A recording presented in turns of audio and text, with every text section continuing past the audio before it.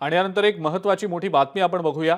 अयोध्येतील राम मंदिराचं जुलै 2025 पर्यंत काम पूर्ण होणार नाही असा दावा राम मंदिरातल्या मुख्य पुजाऱ्यांनी केलेला आहे। पहिल्याच पावसात राम मंदिराला गळती लागल्याचं मुख्य पुजाऱ्यांचं म्हणणं आहे।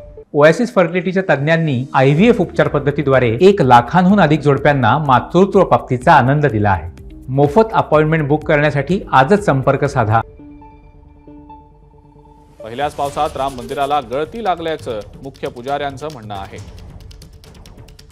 आणि याच संदर्भातली अधिक माहिती देत आहेत आपले प्रतिनिधी सोमेश कोलगे। सोमेश, नक्कीच याविषयीची जी बातमी येते ती पहिल्याच पावसाळ्याला अयोध्येच्या राम मंदिरात गळती लागली अशी माहिती मिळते। त्याचं एक कारण जे मंदिर व्यवस्थापनाकडून सांगितलं जाते ते म्हणजे की बांधकाम अजून पूर्ण झालेलं नाही राम मंदिराचं आणि वरचं बांधकाम जे ते व्हायचं आहे।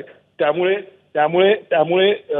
या बाबतीमध्ये जे गळती लागण्याचं जे म्हणजे पाऊस पडल्यानंतर जे पावसाचं पाणी रोखून धरलं जायला पाहिजे होतं स्लॅबच्या माध्यमातून ते होऊ शकलेलं नाही असं मत आहे। त्यामुळे आता मुख्य पुजाऱ्यांनी म्हटलंय की अशा प्रकारे पाणी आतमध्ये आलेलं आहे। आता याबाबत मंदिर प्रशासनाचं म्हणणं आहे की आम्ही लवकरात लवकर कोणती ना कोणत्या तरी उपाययोजना करणार आहोत। बरं सोमेश, धन्यवाद सविस्तर माहिती आपण दिलीत त्याबद्दल।